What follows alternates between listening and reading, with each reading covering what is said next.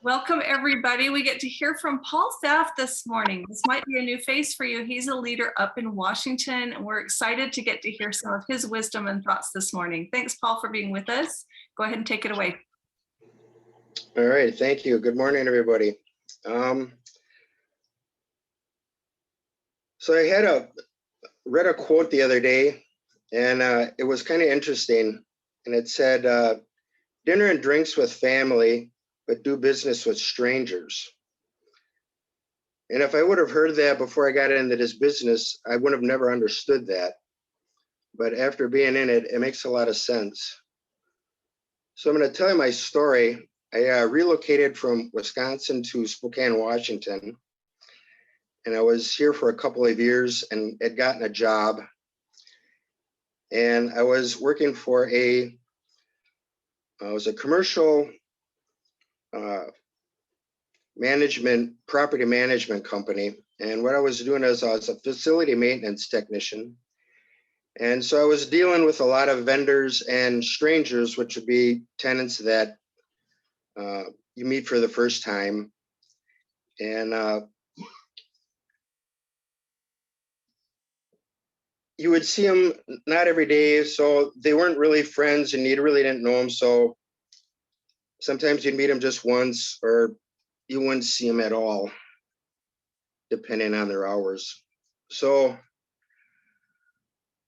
I was working there for a couple of years, and in 2019, I broke my ankle, which required surgery. So I was out of work for 6 months. The surgery was at the end of 2019, and I was out for 6 months. And during that time, COVID had started up. So I went back to work April of 2020. I was considered an essential worker. So when I went back, there was hardly anybody at the buildings. So I had worked for a year and I was having problems with my ankle the second time. So they said that it would require surgery. So I was out of work again. And during my second surgery out of work, a friend of mine had called me and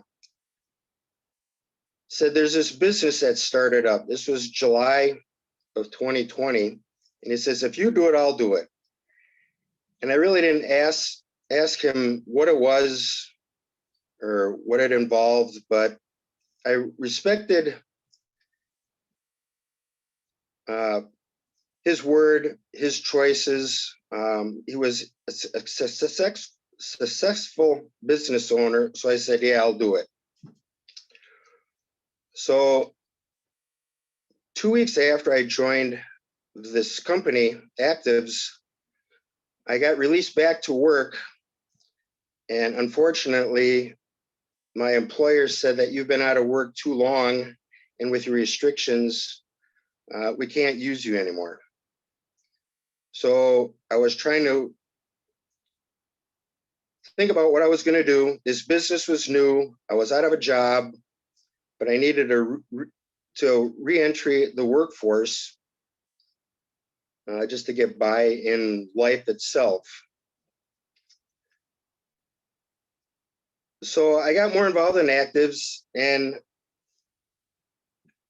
Matthew, my friend, and he introduced me to Diane, and they told me, this is what you got to do. You have to make your list, tell your friends, get the message out. So this is where that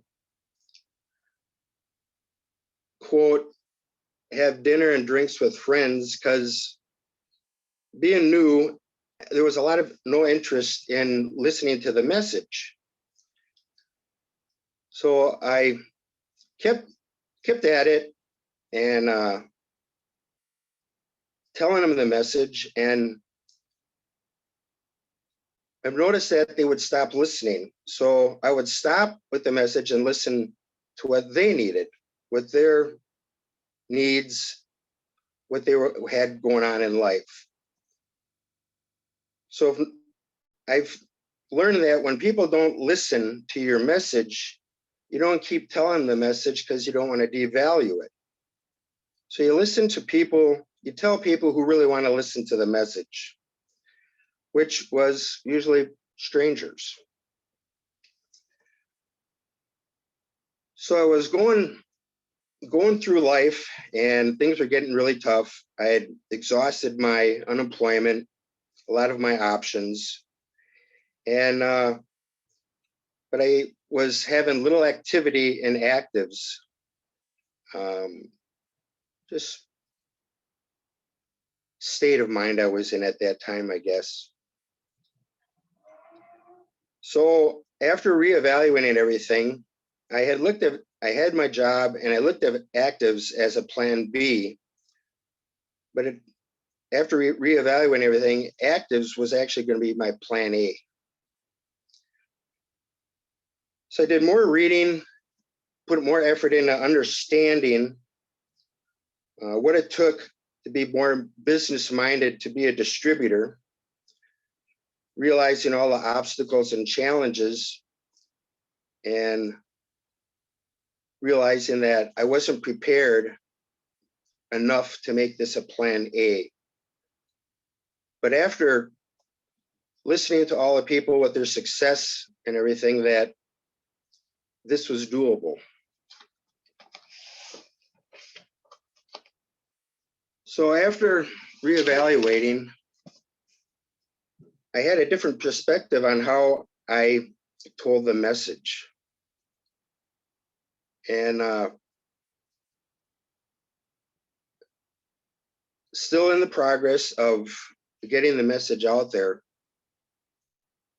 But kind of in the end, I'm taking this theory that Matthew had said one time, and I think he called it a tape measure theory, which was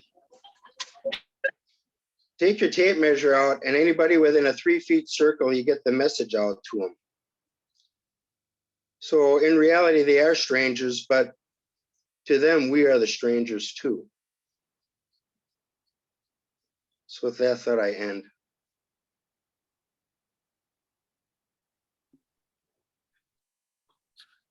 Paul, I love that you are looking and evaluating where you're at. And I love that you're realizing this can be a plan A. I also believe and honor you for all of the no's that you've gotten and the fact that you're still here and you're still plugging forward.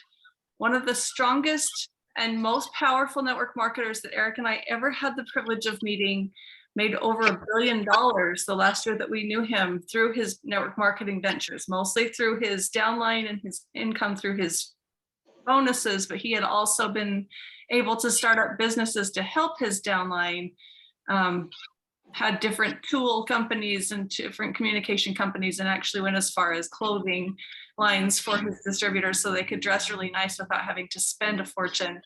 But he had all these different ventures that all had come from his network marketing. But his story is not unlike your own. He talked to 103 people who all told him flat no before he got his first yes. And his first yes came off of a dare. He actually was contacting with his enroller, which is something to go back to when we have trouble. We go back to our enroller and get some counsel and readjust maybe a few things, see if we can get different results.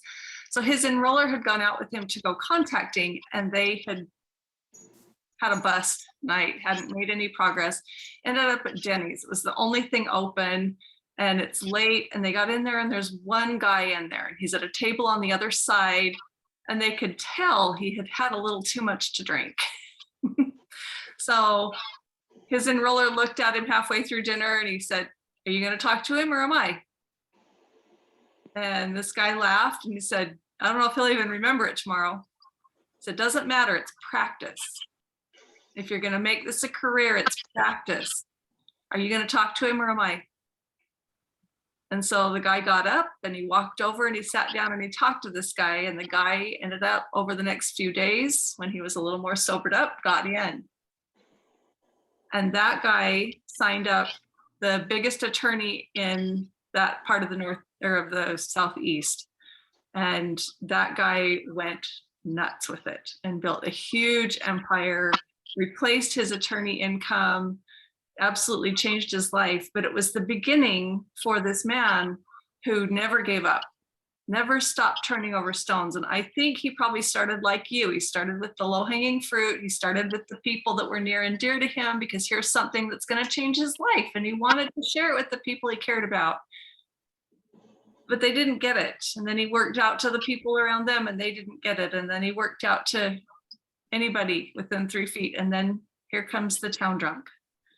And the town drunk got it and opened up a whole avenue. And I don't know what happened to that man that was the town drunk. I don't know his story. I've heard the story of him opening the door.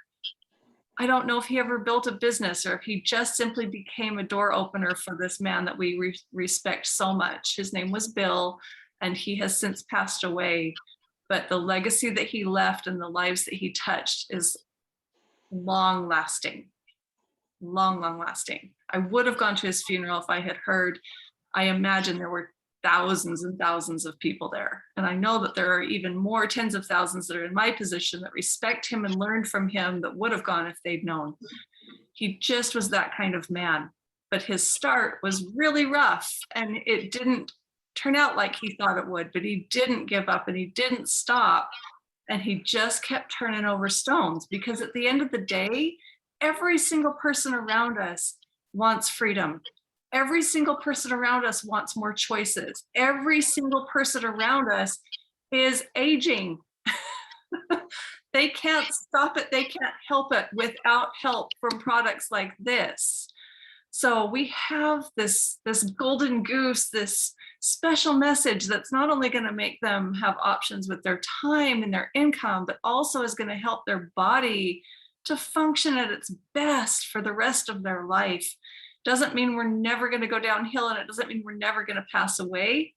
But the people that I'm seeing pass away that are on these products go from sick and yucky and awful to having a life and actually getting out and seeing people and doing things. And then one day they die in their sleep.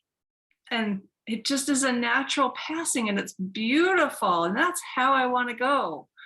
So we have this special message that we owe it to people to tell them. Now, whether they're interested or open or ready in their life or not, that's totally on them.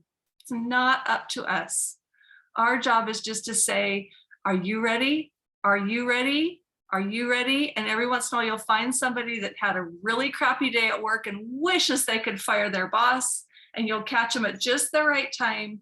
And you'll say, are you ready? And they'll say, heck yeah. Give me away. Give me, I don't care what it is. Give me away. And then they'll thank you later because it's something amazing. And the products change their life and change their spouse's life and all these people around them. And all of a sudden it's amazing. But they have to be in the right frame of mind to hear you. People are so inundated with information right now. If you don't catch them when they're coming up for air, they won't hear you. It's not that the message isn't real. It's not that the opportunity isn't amazing. And it's not that you're doing something wrong necessarily. It's just that they have blinders and earmuffs on because they're trying to get through the quagmire of information that's coming at them.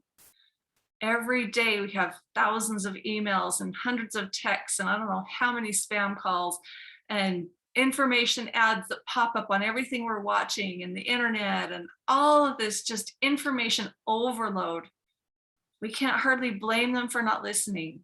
So don't close doors when you're talking to people. Circle back periodically. Ask them if it's okay if you keep them apprised of your growth or let them know if a new product comes out.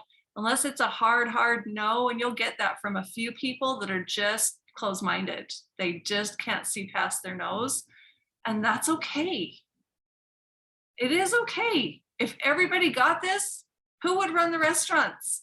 If everybody got this, who would keep our streets safe? If everybody got this, who would teach our children? We don't want everybody to get this. We just need to find the few that are sick and tired of where they're at and are ready for a change. So keep turning over stones because they are out there. People are looking. And we hold something that's going to bless them health-wise, wealth-wise, time-wise, relationship-wise, and really broaden their whole world. So we just keep looking And I agree with you, Paul. Some of your biggest distributors are going to become your best friends, but they will be strangers in the beginning. So we heard a good quote from a distributor a couple of days ago. He's starting to take this approach and talk to more people that are not people that he knows for the same reason. And he said, you know what? I'm just going to listen to them. I'm going to find their pain points. I'm going to talk to them enough that I start to know what they need, because I can't just come in and throw an opportunity at them. They don't know me. They don't trust me. I have to get to know them a little bit. He said, at the end of the day, if they don't join me, I've gained a friend. It was a beautiful quote. So go out and make some friends. Doesn't mean you need to drag this out for 3 or 4 different events, getting together for lunch or golf or going shopping or whatever it is you're doing. Doesn't mean you need to drag it out forever and then say, hey, and I've got this thing. Look for the cues, look for the little opportunities to work it in quickly so they don't feel used and abused. It's not about trying to position them so you can spring this on them. Look for the cues in the conversation as quickly on as possible, and then just say, I have something that might help with that. Somebody blessed my life with something that's made it better in that category. Can I pay it forward to you? And let it be from your heart, and let it be genuine, and see if they're interested, because people are either head down in the rut or they're popping up for a little look around of air of going, there's got to be more to this life than what I've got. And when they pop up, you want to be there. All right. Thanks for being with us, Paul. That was great. Have a wonderful day, everyone. We're going to wrap this